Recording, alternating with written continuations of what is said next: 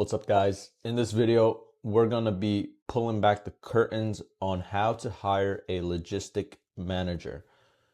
So what a logistics manager is someone who handles the two most repetitive tasks in our system. So if we go to labor leverage and we take a look at the video, two of the most repetitive tasks that we have to deal with is packing and labeling and pickup and shipping. That is where a logistics manager comes in. The logistic manager will be in charge of preparing and labeling shipments and also coordinating pickups and handling logistics, right? So we're going to go over exactly how I do it so you can get started with hiring your first logistics manager. Now we have to understand what kind of person we're looking for in a logistics manager. First is someone that has to be trustworthy. This has to be someone that you can trust because they will be handling a lot of your sneakers. If you hire someone that you can't trust, they might steal your shoes, etc., and you don't want that. So the first person you want to hire is someone who is trustworthy and accountable. Secondly, this person should live in a good neighborhood. I say that because there are a lot of package theft. Personally, I live in a not so safe neighborhood. And when I used to hustle and ship the packages to myself, I had incidents where people would break into my apartment and steal my packages. It's a hassle, and that is something you don't want. So your logistics manager should be someone that lives in a decent neighborhood that won't get the packages stolen, because at the end of the day, those are your packages. In front of us, we have some resources for your contractor. The first resource we're going to go over is the Job Post Logistics Manager. So here is a quick rundown of what they have to do. The title is Logistics Manager. It's a contract. We're not hiring employees because there is payroll and W-2s that we have to take care of that we don't want to do. When we hire a contractor, we don't have to worry about payroll. We can just Zelle them, PayPal, Venmo, etc. And then at the end of the year, all we have to do is file a 1099 for them. And it's much easier for us as a business. So this is a remote home-based location that appeals to the contractors because they love working remote and home-based jobs. This is going to be like a side hustle for them. The contract is going to last about 2 to 3 weeks, and we're going to pay them $2 per pair. So the job overview is summary of what they have to do. The key responsibilities is that they have to collect the packages and inspect them upon arrival. They have to securely store them somewhere in their house, workspace, etc. They have to make sure that they receive all their inventory. They have to verify that they're not missing any packages that we send them. And then they have to prepare and schedule shipments. So they have to coordinate pickups with the pickup team. In my case, if you're shipping, you could have them coordinate pickups with UPS. And then there are some health and safety compliances. Now let's go over the requirements. They need to have a secure, organized space for storing our packages. They need to be able to lift and move packages as needed. They should have strong attention to detail and organization skills, be able to communicate reliably, and have the abilities to follow instructions precisely. And they must be available for the entire project duration. When they agree to a contract, I will send them 50 pairs first to test the waters, which equals to a payout of $100. When you're posting your job offering, you can entice them to work with you by showing them what they can earn in the long run. So what I like to do is tell people that I would hope to do 2,000 pairs with them and pay them $4,000, which is a lot of money. And it has some truth to it too, because you don't want to just hire people for a one-time thing. This is a long-term kind of job that we want to hire for. For example, the logistics manager that I have for my team, I've been working with him for 6 months. Great. Now we went over the job posting. We know that we need to hire someone that has a secure and organized space for storing our packages. They need to live in a good neighborhood, and they have to be someone that we can trust. Now, what I would do is take this job posting and post it in group chats of people that I trust. So in Discord, Facebook group chats, Snapchat group chats, Instagram group chats, social media chats where I have people that I can trust and I would like to hire for this job. After you post your job posting, hopefully you're going to have people message you. These are going to be your candidate pool. And from this pool, you need to dial down one person that is perfect for this job. So to move on from the job posting, we have the interview questions. What you need to do now is to do a phone interview or a video interview with these candidates. And here I've attached the interview questions that I've asked my candidates. And it's a series of 8 questions. And the goal is to have them answer yes to all questions. Let's briefly go over the questions and why they matter. So the first question is, will you be able to securely accept all the contractual packages? We want them to answer yes. Will you immediately report any damages or issues to the appropriate contact person? Again, we want them to answer yes. This is to hold them accountable. Do you have a designated secure area of your home or workplace that is specifically set aside for inventory management? We want them to answer yes and also elaborate into what this secure area looks like. Will you implement measures to keep the storage area secure, preventing unauthorized access or potential loss? Again, we want them to answer yes to all these questions. Also, as the interviewer, you can have them expand more on these questions. And it's important to have an idea of what they're going to do to ensure that your packages are safe and they are right for the job. Question 5 is, will you be able to efficiently box and label the contractual packages for shipment? Will you be able to coordinate a time for pickup that aligns with both your schedule and the pickup team's availability?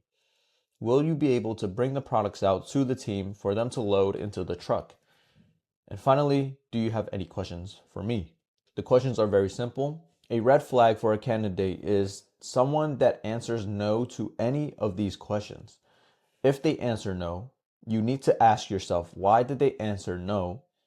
And reconsider if they are still the right person for this job. A real life example of a bad hire is someone that doesn't take care of your packages. For example, I had a hire that was careless with the packages. I don't know what they did exactly, but it led to rejections from the Stadium Goods team. I've had sneakers rejected for not suitable for sale, quality control, and box damaged from this contractor.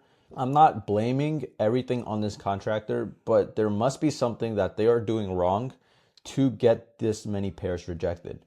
Because I've had another contractor that I've worked with long term, and they have gotten close to 0 rejections. So keep that in mind when you're hiring your contractor. That's why it's important to do a test run. So for the first contract, send only 50 pairs and do a test run with the contractor. If they get a lot of rejections, this should be a red flag. Try to understand why the sneakers were rejected and reconsider if you should stick with this person or find someone else. Again, make sure they read over the standard operating procedures and a contractor handbook, as well as for the first contract. Make sure you regularly check in with them, give them calls, FaceTimes over the phone, and make sure they're doing the process correctly.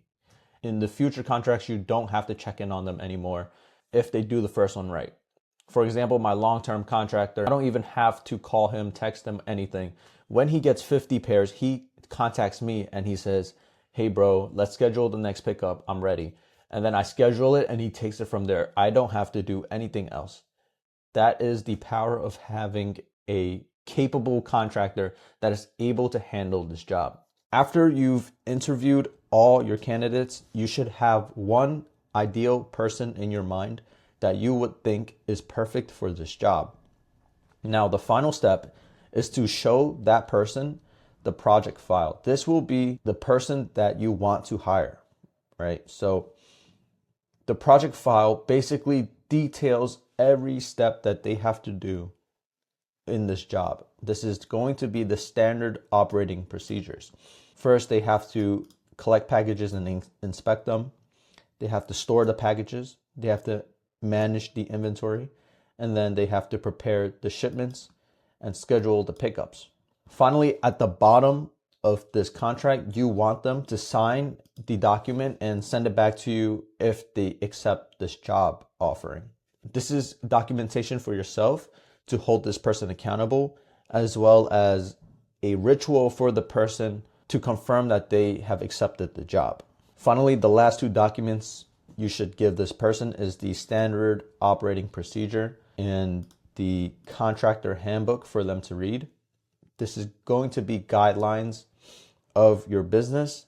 Have them sign the contractor handbook as well. This is going to be the terms and conditions to hold this person accountable. It's basically saying you're not going to steal, you're going to do the job, they're going to be compensated as agreed upon. And finally, they can be terminated under our discretion at any time based on their performance evaluation. And then we have them sign at the bottom for them to confirm that they have acknowledged and agreed to these terms. Finally, after you've sent over all these resources to this person, you're going to need to collect their name and address for you to start sending packages to them. When you've collected those information, your next goal is to have your sourcing specialist to start sending packages to that person. Now let's expand on payments. Ultimately, it's up to you how you pay your contractors. It depends on what payments they accept. For my contractor, he wanted Zelle payments, and I'm completely fine with that because I send Zelle payments out of my business checking account, which is logged for tax purposes, as well as when you send Zelle payments, you can leave a note on the Zelle payment detailing exactly what this payment is for. So make sure you do that for tax purposes again. And then at the end of every tax year, you're going to have to send a 1099. What I use is a website to file the 1099s for me. It costs $5, very minimal for the convenience. If you don't do it this way, you're going to have to file the 1099 on paper manually, and it's just not worth it. I'd rather just pay the $5 and do it online. The website I use is Tax 1099. You can electronically file your 1099s for your contractor on this website, and it's highly worth it. Additionally, the amount of money that you send to your contractor to get this job done can be written off on your own taxes at the end of the year. Definitely contact a certified public accountant to inquire about tax write-offs, and make sure you do the homework of sending payments that are logged and filing in 1099 for your contractor. If you do those things properly, writing off the payments to your contractor should be easy. Now let's go over common issues that might happen during hiring a logistics manager. The first one is what happens if a package goes missing. Ultimately, it's on you. If a package goes missing, you have to file a chargeback with your bank or contact your marketplace that you got the sneaker from to get a refund. However, you need to get to the bottom of how this package went missing. Was it because it was left in a unsecure space? Was your contractor not available? A lot of things can happen for a package to go missing, and you need to get to the bottom of it.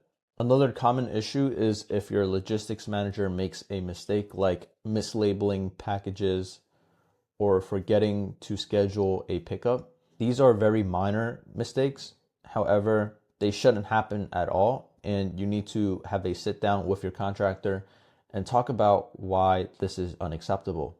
Now, we're going to talk about how you can properly fire a contractor. Because we operate on a contract by contract basis, it's very easy to fire a bad hire. If you decide to fire your contractor, all you have to do is stop sending them packages and make sure all the packages that they currently have are sent off to Stadium Goods. In the contractor handbook, we detailed that They can be terminated anytime based on their performance evaluation, and we had them agree to that. So there should be no issues firing a bad hire. Finally, let's talk about scaling and long term. I mentioned hiring for the long term, but we need to go over how we can actually evaluate for performance. The most important part is rejections. Your contractor should have very little rejections. They should be properly handling your packages. Nothing should go missing. And if they meet all these criterias and you can tell that they're doing a great job, then this is the contractor you should stick with for the long term. The ideal workload for one person is 50 pairs. That's very easy. 100 pairs they can do. Even 200 pairs, they would love to do it because that would mean more money for them because their pay scales linearly with the workload. So there's no reason to ever hire a second logistics manager unless you're going to fire your first one. Now, let's talk about the scenario where we found our perfect logistics manager. We want them to stay for the long term. How can we ensure that they stay with us? Well, nobody likes a dead-end job, right? So make sure they're scaling with your business. So as your business picks up, make sure to get more shipments. They would love more shipments because that would mean more work for them and more money. Also, you can give them bonus pays for holidays. For example, last year during Christmas, I gave my contractor a $100 bonus because of the great work they were doing and just to show my appreciation for their help in the company. Now, you don't have to do this, but I just felt like I should because they were doing such a great job. This would definitely make them want to stay with the company. Finally, the last thing I'm going to talk about is to make sure that their job grows, that they have somewhere to grow to. This might mean giving them more work to do in the future for more pay or anything else that you can think of.